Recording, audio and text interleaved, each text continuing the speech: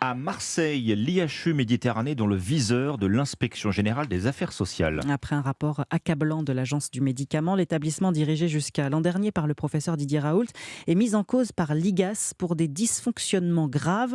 Le gouvernement annonce saisir le parquet de Marseille. Les précisions de notre correspondant dans la cité phocéenne, Stéphane Burgat. En cascade des dérives médicales, scientifiques et même de management, les équipes se seraient ainsi affranchies de la réglementation en vigueur au détriment de la sécurité des patients.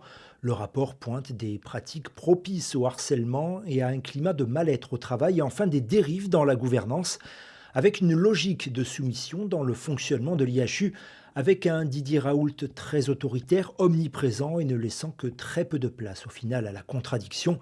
Mais ça ne s'arrête pas là, puisqu'il est également fait mention d'une dégradation progressive de la situation financière de l'établissement.